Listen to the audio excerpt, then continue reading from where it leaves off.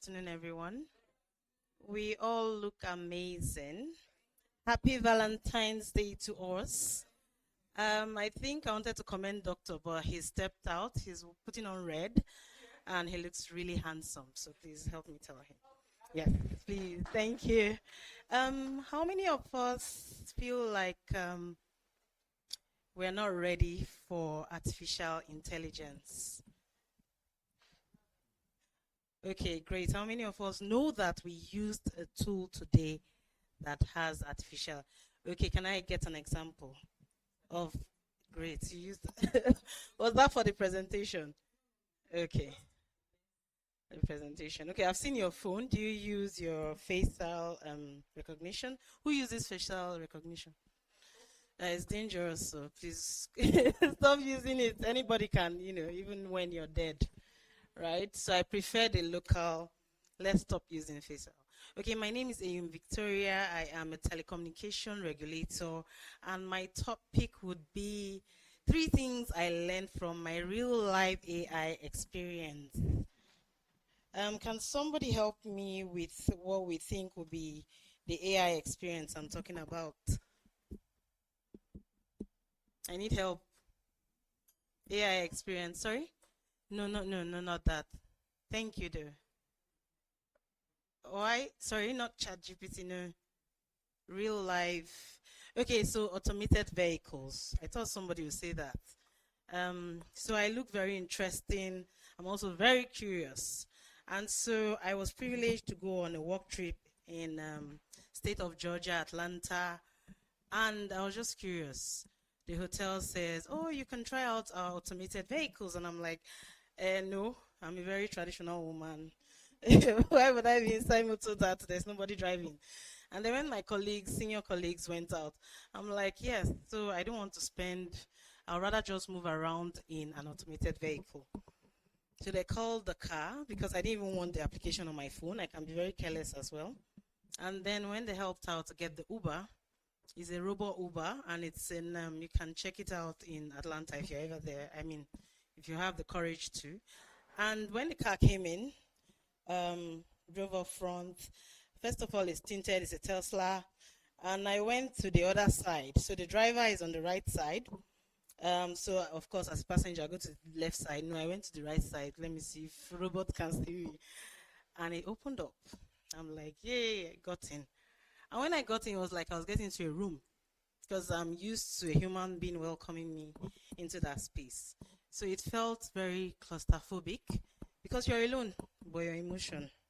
And then the trip started, and I start hearing things like, "Are you comfortable? Heart rates going very high. Please calm down.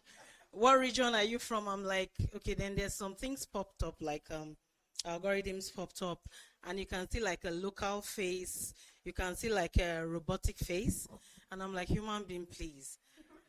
And funny enough, the steering, there was a human face on it. And I'm like, no, that's not a human being on the steering. So I would rather the robotic part. So this is me. I had like a 15-minute drive, but I was pressing everything. And then there was a warning that popped up and said, there is an opening for error. Stop. Yes, stop doing that. And then I started using my left finger because I was curious. I wanted to know if, what's happening here? And then the receptionist, I got a WhatsApp message, and he's like, "You're an exciting woman." And I'm like, okay, this is somebody that has been, ignoring me the entire time. Very handsome guy. Exciting. How? What happened? So understand that he got a message from the company. It's his app. I'm just a rider. Okay, we got to a junction before my destination. And guess what I did? I went out around 8:30 p.m. because I wanted to go out when people are off work, relaxed. It was a Friday, so obviously they go clubbing early or they drink first before they go clubbing later. So all of this was planned by me. And then I noticed that the car interacting with me was also interacting with its environment. Because you have these people just drunk going into a street and it slows down. And it's still interacting with me that is using almost my forehead to touch the screen. And then there was this part where a group of young men ran into the road, and my seatbelt forced myself. So it was like somebody pushed me back on my seat. And that's because the impact. So I got to my destination, and then I got another WhatsApp message, when I'm ready, call. And I called him and told him, please, I want a human taxi to get me when I'm ready. And so I had a good time and changed my mind and asked for the robotico. Got into the car again. Obviously, I was a bit tipsy. So I got into the car and I relaxed because I'm like, okay, this is a human being. There are several things that won't happen if I was tipsy and a man knows. I got in there, strapped on, very easy. And then after like maybe like 10 minutes, I go, are you bored? Do you want some form of entertainment? Remember, I was active now. And I got in. And then I now start seeing the algorithm. So instead of talking, I just pressed the one that it had like too much drink. So you know it's asking you if you're tipsy or if time up. Okay. So should I round up quickly? So unfortunately, I'm a regulator. Sorry. So it's just my curiosity. So what I learned from the entire ride is this: one,